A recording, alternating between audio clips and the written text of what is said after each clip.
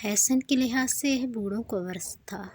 खूब कसकर तकरीबन माथे के ऊपर ही मरोड़ कर बांधे गए चूड़े, नोच नोच कर बेहद पतली बना ली गई बेचारी भौहों और सुनहरी कमानी के गोल चश्मों का वर्ष। कपड़े भी बीहड़ हो चले थे। बेमेल हथकरघे की साड़ियाँ और छींटदार ढीले ब्लाउज, चांदी के काले पड़े हुए मैले आभूषण या झब्बानुमा कुर्ते और तंग मोहरी के पजामे। आँखों में सुरमा फिर फैशन में आ गया था, या फिर काजल। पिछले सालों के नीले बैगनी लिपस्टिक और परोटों के ऊपर लगाए जाने वाली सुनहरी धानी शैडो, नकली पलकों समेत ना जाने कब अपने आप गायब हो गए थे। यह फैशन का क्षेत्र भी एक बड़ा रहस्यमय इलाका है जनाब। यहाँ बिना हड़बोंग के अचानक रातों रात सब बदल जाता है, ऐसे कि पहले पहल तो आपको यकीन ही ना हो कि यह भी भला कोई फैशन है क्या। पर धीरे धीरे लगने लगता है कि वही वाह है, असल फैशन तो यही है। बाकी हम सब तो क्या नाम झक मार रहे थे, है कि नहीं। तो उस छोटे से निदियाए शहर में भी, जहाँ हर चीज़ साल दर साल समुद्र तल की काई की तरह धीमे धीमे लहराकर तिरती झूमती ऊँघती रहती थी, ऊंचा फैशन आ धसा।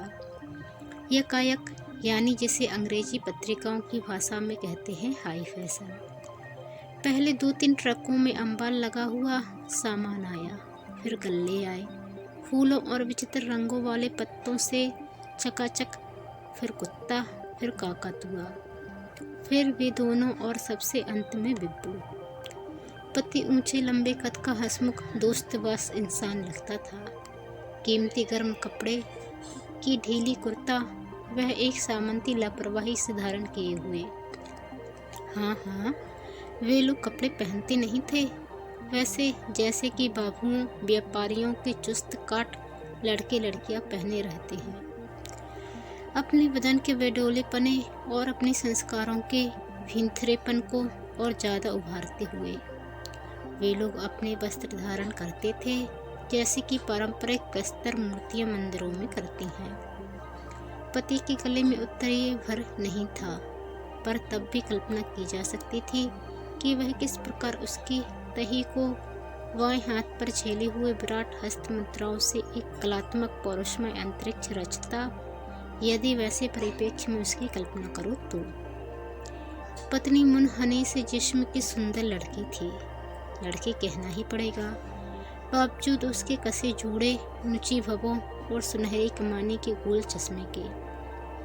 उसका जबड़ा कुछ कुछ चौकोर था और एक खानदानी जस से भरा हुआ भी, जो पीढ़ियों से अपना हुक्म बाअदब बजवाती रही हो। वैसे उसकी आवाज़ बेहद नरम और हलीम थी और उसका उच्चारण गुनगुनी अंग्रेजी ध्वनियों से पका था। आ की मात्रा को वह हलक में घुमाकर बोलती थी और रा को एक बेहद प्यारेपन से ड़ा और रा के बीच की हरूफ बनाकर कहती। एक हल्का पंजाबी कटाव उसकी अंग्रेजी के सारे परदेशीपने को फाड़कर उसे एक प्यारी प्यारी संभ्रांत आंचलिकता के घेरे में ले आता था। वह कुछ कुछ रुककर झटके से बोलती थी, जैसे कि सामगान किया जा रहा हो। उसके नन्हे नन्हे गुड़िया हाथ उस वक्त एक कमनीय अंतरिक्ष रचते होते। हालांकि उसकी उंगलियां लंबे कलात्मक नहीं बल्कि छोटी चौकोर, पुष्ट और दुनियादार थी। बिब्बू की बात और थी।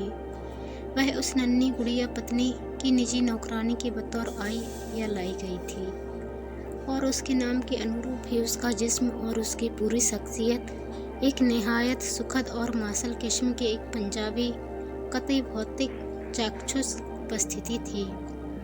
वह अपनी मालकिन की विगत फैशन वर्षों की वे उतरने पहने रहती थी जो लगभग कोरे ही होती, पर उनमें उसके अपने खास निजी स्पर्श थे। सब कुर्तों के गले उसके नीचे तक काट डाले थे और उसका विराट वक्ष उसके बीच सुगंधित जैली की तरह निरंतर कांपता रहता था। उसकी कमर चौड़ी और सुडोल कूल्हे भरे और तनिक उठे हुए थे। उसकी आंखें वीरान और चेहरा भावहीन होने के बावजूद उसकी चाल जवानी की खुमार से बोझल और लड़खड़ाती हुई थी, ऐसी कि हर किसी को लगता था कि उसके सहारा दिए बगैर वह चल नहीं पाएगी। चूंकि घर के सारे बाथरूम संगमरमरी फर्श के थे, चुनाचे वह कपड़े बाहर लॉन के नल पर धोती थी। दुपट्टा झाड़ी में टांग अपनी सलवार टखनों तक चढ़ाए आस्तीन समेटे वह जब चपाक चपाक की ध्वनि से मुंगेरी चलाती, तब मोहल्ले के सारे नौकर घर के पतीले गैस पर जलते छोड़कर निकल आते थे। वह न उनमें से किसी से बोलती न चालती, एक मस्तानी अदा से अंतिम कपड़े को पछोर खींच और झटकाकर वह प्लास्टिक की बाल्टी में डालती और हाथ बढ़ाकर दुपट्टा उठा खरामा खरामा घर के भीतर दाखिल हो जाती। मोहल्ले की फुर्सती दोपहर देर तक उसके नितंबों से सटी पेंडुलम से डोलायमान होती रहती। हर रोज ठीक 11 बजे पति अपनी गाड़ी में काम पर रवाना होता और पत्नी उसे दरवाजे तक छोड़ने आती। वे अंग्रेजों की तरह जुम्मे लेकर अलविदा कहते थे और फिर पत्नी अपनी टकती सी जुबान में बिब्बू को पुकारती, आदेश देती, भीतर चली जाती। बड़ा बंधा बधाया दैनिक दस्तूर पर नमूदार होती और अपनी लड़खड़ाती मदमस्त चाल में बाजार की ओर निकल जाती। नुक्कड़ पर कपड़ों पर प्रेस करता रामनरेश धोबी अपने विविध भारती कार्यक्रम का वॉल्यूम ज्यों ही बढ़ाता तो पता चल जाता कि वह ढाल पर उतर रही है। फिर चौरसिया पान भंडार की ठहाके अचानक ऊंचे हो जाते, पॉकेटों से कंघियां निकल आती, फुक्के संवरने लगते। यरे राजा धीरे धीरे उन लोगों के मित्र भी बनने लगे थे। यह शहर का संभ्रांतम पुराना इलाका था और यहाँ के सब बासिंदे बड़े बापों की औलादें और बड़े दादाओं परदादाओं के पोते पोतियाँ थे। नौकरी करना जिनके लिए एक सगुल था, उनके पास इतना था कि बताना 11 लाजमी हो चुका था। इन बंगलों की अपनी दुनिया थी, अपने जश्नों सैर सपाटे और अपने खफे से मजाकिया बदगुमानियाँ थी। नई या चकाचौंध करने वाली चीज़ों से उन्हें सख्त परहेज था। इन बंगलों के आराम गाहों में पुरानी धूसर मूर्तियाँ, नायाब ब्रोकेट के पुराने सोफे, सिपेंडेल का प्राचीन फर्नीचर और अलंकरण एक समझदार उकताहट से बिखरे रहते। उनके फिरोज रसोई घरों में थे और बड़े नामी दामी स्टीरियो यूनिट भीतर की किसी कुठरिया में। वे सब धीमे बोलते, धीमे चलते और धीमे धीमे खाते थे। उनका सब कुछ एक असल अनौत्सुक में भीगा भीगा और एक बाल सुलभ विश्वास में मड़ा हुआ था। ऐसा बाल सुलभ विश्वास जो सिर्फ उन्हीं लोगों में होता है जिनका बचपन सतरंगी परिकथाओं की झाग में से सीधा निकला हो, दूधिया कच्चा प्रत्याशीर। पत्नी अपनी भोली भाली आवाज में मित्रों को प्राय बताती थी कि बिब्बू घर के क्षेत्र में उनका एक प्रजातांत्रिक प्रयोग थी। अगर आप इंसानों की तरह उनसे पेश आए तो कोई कारण नहीं कि नौकर हमदर्द मनुष्यों की तरह आपके घर में काम ना करें। उनकी भी वॉइस है, उनकी भी एम्बिशंस हैं, नहीं? बिब्बू वही खाती थी जो वे खाते थे, यानी मक्खन, अंडा, फल, फूल, पनीर, सब। वह हर महीने अच्छे कपड़ों से लैस कराई जाती। उसे हर पखवाड़े अच्छा साबुन, शैम्पू और टैल्कम पाउडर दे दिया जाता। उनसे वह जो करे उसका अपना सिरदर्द है। हम उससे एक इंसानी धरातल पर पेश आना चाहते हैं, मालिक नौकर के स्तर पर नहीं, बराबरी के स्तर पर। फिर मालकिन अपनी मृदु आवाज़ और भी मृदुल संगीतमय बनाकर कहती, बिब्बू 2 नींबू पानी और प्लीज। बिब्बू रानी एक सेक्सी रोबोट की तरह हिलती डुलती निर्विकार चेहरा लिए कुछ देर बाद नमूदार होती, हाथ में एक खाली चांदी की पुश्तैनी ट्रे हिलाती हुई। निम्मक पाला की चिन्नी वाला। उसका सर उसके चेहरे की तरह भावहीन होने पर भी उसके जिस्म की तरह कुछ फटा फटा पर एक हर्राफा दृष्टिकोण से आकर्षक था। पत्नी तुरंत विनय विलकित हो मेहमानों से क्षमा मांगकर पूछती कि वे नमक वाला लेंगे या चीनी वाला। वह तो नमक लेती है, पर जैसा भी चाहे। फिर ऑर्डर दे दिया जाता और हिलती डोलती बिब्बू पर्दे पर खुशी चांदी की पुरानी घंटियां झनकार कर भीतर चली जाती। तभी पत्नी ने लोगों को यह भी बताया था कि उन्होंने पिछले शहर में बिब्बो को एक ब्यूटिशियन से ट्रेनिंग भी दिलवाई थी, ताकि उसे एक और हुनर आ जाए। पढ़ने या टाइपिंग सीखने में उसकी रुचि नहीं थी, सो अब वह ऐसा फेशियल देती है कि त्वचा का पोर पोर जाग उठे। मेरी बाहों के बालों की थ्रेडिंग भी वही करती है। पत्नी अपनी रोमहीन सुडौल गोरी भुजा फैलाती। क्या सिर्फ स्त्रियों को ही देती है फेशियल? नहीं नहीं, क्या सुंदरता औरतों का ही हक है? आप चाहें तो। हा हा हा, मजाक छिड़ गए। पहले तुम। फिर एक जना मजाकों से विंधा आधा मगन आधा छगन होता बिब्बो के साथ भीतर की कुठरिया में चला गया और आधे पौने घंटे बाद चमकता चेहरा लिए नमूदार हुआ। मानना पड़ेगा, है तुम्हारी मटल्ली के हाथ में जादू। यही तो मुझे भी अचरज होता है, पत्नी चहकी। घर के काम में तो ऐसी बेशरूर है कि यदि कुक न होता तो हमें शायद समय से खाना भी ना मिलता। इतने गिलास और प्याले तोड़ती है कि भगवान बचाए, पर इस काम में हुनर हासिल है। अपने अपने हुनर है। हा हा हा। फिर अचानक उनके घर लोगों की आवत जावत बढ़ने लगी। इस मोहल्ले के पुरुष यूं भी 9 से 5 दफ्तर जाने वालों में नहीं थे। दफ्तर तो उनके अपने थे ही। जिन बिल्डिंगों में दफ्तर थे वे बिल्डिंगें भी उनकी ही थीं। अब अक्सर पति लंच टाइम पर आता तो पत्नी भुनभुनाती रहती, लंच अधूरा बना पड़ा है और बिब्बो फिर किसी को फेशियल दे रही है। पड़ोस का मामला था। अपने आज़ाद ख्यालों और वक्तव्यों से भरे इतने जमावड़ों के बाद गली कूंचे की औरतों की तरह टोका टाकी करना भी उनके लिए संभव न था। भलमनसी की मार। वे लोग बड़े पशुपोष में थे। उधर बिब्बो की भूख का मानो अंत ही न था। सुबह वह 6 टोस्ट और 2 तले अंडे डकार जाती, साथ में 1 गिलास दूध। जबकि देह की तरास को लेकर सजग पति पत्नी कुड़ते हुए सिर्फ काली कॉफ़ी और टोस्ट भर लेते। और जब वह आकर लचक कर कहती, जी कल का सालन पड़ा है, मैं ले रही हूँ टोस्ट देनाल, अच्छा, तो वे बंगले झांकने लगते। दूध भी वह दिन भर पीती रहती। पत्नी को लगने लगा था कि वह फ्रिज में ताला लगा दे तो ठीक रहे। गुच्छा भर पुष्ट केला चांदी के फ्रूट बोल में सुबह रखा होता, शाम तक एक काला सा सुकड़ा केला उसमें पड़ा रह जाता। अचार की शीशियाँ साफ हो जाती। जैम के भी वही हाल। पत्नी के मायके से मेवे के थैले आते, उनका माल भी देखते देखते आधा रह जाता। फिर खरबूजे की भूख भी चमक उठी थी। जितनी देर पत्नी कुठरिया में शास्त्रीय संगीत के स्टीरियो रिकॉर्ड लगाकर पड़ी पड़ी अंग्रेजी किताबें पढ़ती, उसके विदेश से आयातित ट्रांजिस्टर में तेज फिल्मी गाने लगाकर वे दोनों रसोई में ठिलठिलाते रहते। आदिम भावनाएं हैं, लव, हा हा हा।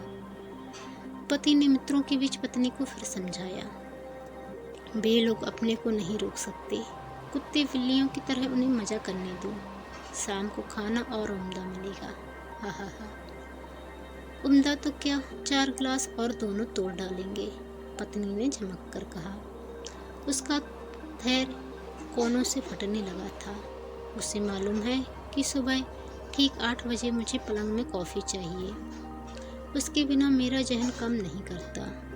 आज 9 बजे तक नहीं आई। देखने गई तो खानसामा कहता है वह अभी सो रही है। खानसामा, ऑफ ऑल द पीपल, मुझसे भी उसको लेकर। तो तुमने क्या किया? यह शायद उस दिल जली ने पूछा, जिसका पति उस वक्त बिब्बू से मालिश करवा रहा था। मैंने वही खड़े खड़े लताड़ा उसे कि ऐसे बात करते हैं क्या? तभी देखती हूँ कि मक्का जी आंखें मलती आ रही हैं। क्या वजह है बीजी? आई टेल यू, मैं तो गुस्से के मारे उल्टी पाँव लौट आई। मेरी मानो तो इसे चलता करो, किसी ने सलाह दी। वही सोचती हूँ, पर आजकल फिर नौकर मिलते कहाँ हैं? उनके बिना भी तो यह तो है। गर्मियाँ बीती, जाड़े आए, पर बिब्बो की मारक जिस्म ने साले नहीं उड़ी।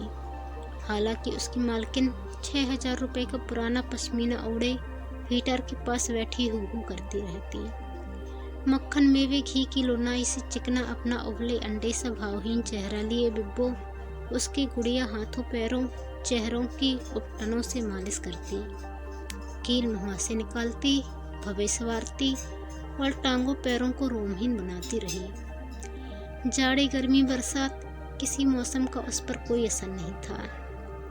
उसका खमदार बदन जैसा ही मस्त रहा आया और रंगीन पटियावली फूंदने से सजी उसकी लंबी गुत उसके विराट कूलों पर डोलती एक बड़े समुदाय का तन मन डोलाती रही। आजकल मैं कोशिश कर रही हूँ कि वह कुछ बुनाई कुड़ाई सीख जाए, पढ़ाई लिखाई ना सही। अपनी रोथ में सिगरेट का कस लेकर पत्नी ने कहा। वह एक ढीला कड़ा हुआ झब्बा पहने हुए थे जो उसके किसी पूर्वजा के किसी नायाब कश्मीरी शॉल को काटकर सिला गया था। सिखाएगा कौन? किसी ने जिज्ञासा व्यक्त की। उन लोगों को इस तरह की चीजें आती ही कहाँ थी, काटना बुनना पकाना, पर जरूरत थी भी नहीं। उनके लिए ही तो यह काम किए जाते थे सारी दुनिया में। अगर वे लोग भी अपने काम खुद सीने काटने लगते तो उन भव्य सिलाई की दुकानों का क्या होता। पत्नी ने उसी किस्म के एक दुकान का नाम लिया जहां शाम को मध्यवित्त गृहिणियों और उनकी विवाह योग्य लड़कियों के लिए सिलाई कढ़ाई की क्लासें होती थीं। ड्राइवर शाम को अपने घर जाता हुआ उसे छोड़ आएगा और वापसी में वह बस ले लेगी। बस इतनी ही सी तो बात थी। पति पत्नी अपने औदार और अपनी स्कीम के चौकसपने पर बड़े खुश थे। उसकी साइकी अंतरात्मा को कुछ तो रचनात्मक संतोष मिलना चाहिए। पत्नी ने अपना गुड़िया हाथ लहलाकर कहा, वरना औसत हिंदुस्तानी लिबिडो अस्मिता छोटे शहर में ऐसी कुचली रहती हैं कि सिवा सेक्स के दिमाग में कुछ आता नहीं। फिर कुछ देर वे सब बेहद सुथरी और विद्वतापूर्ण अंग्रेजी में आम भारतीय और सेक्स पर खुली बातचीत करते रहे। वे लोग खुली बातचीतों और खुली बहसों के आदी थे, इतने कि वे कल्पना भी नहीं कर सकते थे कि बिब्बू को उस तब्बूपने और संकीर्णता में बांध कर रखेंगे जिसमें आम भारतीय औरत खासकर नौकरानी को रहना पड़ता है। पर इस सब सौहार्दपूर्ण खुली बातचीत के बाद जब बिब्बू को इसकी सूचना दी गई तो उसने अपने नितांत भावहीन तरीके से साफ मना कर दिया। नहीं जिज्जी, क्या करना, पर तब तुम कपड़े सिल सकोगी, उन्होंने सुझाया। बहुत है जी, फिर दर्जी तो है ही, घर में हमारा थोड़ा मरम्मत रफू करल काम कर लेना। सो अब दर्जी से करा लो, बेहतर करेगा। इतना कहकर वह कुछ हंसी सी। तुझे मशीन ले देंगे। कौन सी है डार्लिंग? वो हिंदुस्तानी वाली जो मिडल ईस्ट को भी एक्सपोर्ट होती है। हाँ हाँ, निस्सा वाली। फिर तुम कपड़े सीना मजे से। क्या करना जी, बिब्बो ने बातचीत को पक्का पूर्ण विराम देते हुए कहा और नल के नीचे सलाद धोने लगी। उनकी पूरी योजना गड़बड़ा गई थी। पर तुम दिन भर तो खाली रहती है, फिर क्या करेगी? सोऊंगी जी, उसने उसी ऐतिहासिक भोलेपन से कहा जैसे कभी नूरजहां ने कबूतर उड़ाए थे, और खानसामा को देखकर हंस पड़ी। बिब्बो एक सरदर्द होती जा रही थी। वह देर देर तक सोती, ढेरों ढेर खाना खाती, वक्त बेवक्त चीज़ों की फंकियाँ मारती रहती। दो एक बार मालकिन ने अपना शैम्पू और टैल्कम चुराते रंगे हाथों पकड़ा भी। खानसामा भी उसकी सोहबत में ढीला और ढीठ होता जा रहा था। वह तो थी ही, उधर से इधर और भाव बताने लगी थी। जब उनका कोई मित्र आकर फेशियल को कहता तो उसे बुलाए जाने पर वह एक ढीठपने से उसे ऊपर से नीचे तक घूरकर सिर को भीतरी कमरे की तरफ झटका देती। चलिए, और कूल्हे मटकाती आत्मविश्वास के साथ बगैर पीछे देखे भीतर चल देती कि वह आ भी रहा है या नहीं। यह बात और थी कि वह अवश्य आता। ले देकर एक शाम का समय होता है, उस वक्त ये लोग आ जाते हैं। होठ चबाती पत्नी कहती, उस वक्त उसका जबड़ा कुछ चौकोर और चेहरा तना तना हो जाता। फिर एक दिन बिब्बू के घर से खत आया, जो किसी गांव के पढ़े लिखे ने बिब्बू के बाप की तरफ से लिखा था कि बिब्बू के लिए उन्हें एक लड़का मिल गया है जो फौज में है और शक्लो सूरत काफ़ी ठीक ठाक है। बिब्बू की छोटी बहन कुक्कू सेवा में आने को तैयार है, उसकी तो जिंदगी बन जाएगी, वगैरह वगैरह। ना कुक्कू ना पुक्कू, बस इसी को भेज दो वापस, अच्छा बहाना भी है इस वक्त, पत्नी ने संतरा चूसते हुए कहा। बिब्बू उस समय बाहर कपड़े धो रही थी और पत्तियों की मेड़ के आसपास दर्जनों नौकर पतंगों की तरह मंडरा रहे थे। पर फिर तुम्हारा काम कौन करेगा? पति ने एक खैरख्वाह मित्र की नरमाहट भरी दृष्टि से पत्नी का नाजुक जिस्म निहारा। कोई यहीं की बूढ़ी बाई मिल जाएगी ज़्यादा पैसा देकर, तुम चिंता न करो, सिर्फ इसे भर पैक ऑफ कर दो, वरना खानसामा इसे लेकर किसी भी दिन छोड़कर चल देगा, फिर क्या होगा? सो तो है, पति ने सोचते हुए कहा। तो एक दिन बिब्बू का बिस्तरा बंध गया, उसके 2 टीन के ट्रंक कार में रख दिए गए, दरी में बंधा एक अदद बिस्तरा भी। पत्नी ने उसे 1 घंटा जीवन आदर्श, विवाह की जरूरत और नारी स्वतंत्रता के बारे में समझाया, जिसके दौरान वह सिर्फ हाँ जी करती या उबासियाँ लेती रही। उसे और उसके फौजी को इस सब से करना भी क्या था? ना एक बार उसने पति पत्नी को धन्यवाद दिया, ना ही हर्ष या शोक जैसा कुछ व्यक्त किया। कुछ लोगों का कहना है कि टैक्सी के चलते चलते उसने पूरे पड़ोस की खिड़कियों को हाथ हिलाया और कुछ मुस्कुराई सी थी, पर हो सकता है कि उनकी कल्पना भर हो। कुछ दिन वे लोग बिब्बू को याद कर परस्पर हंसी मजाक करते रहे, फिर उसे भूल सा गए। तो दोस्तों, ये थी मृणाल पांडे द्वारा लिखी कहानी बिब्बू। आपको कहानी कैसी लगी कमेंट कर जरूर बताएं। चैनल पर नए आए हैं तो चैनल को सब्सक्राइब कर बेल आइकन को क्लिक कर लें। धन्यवाद।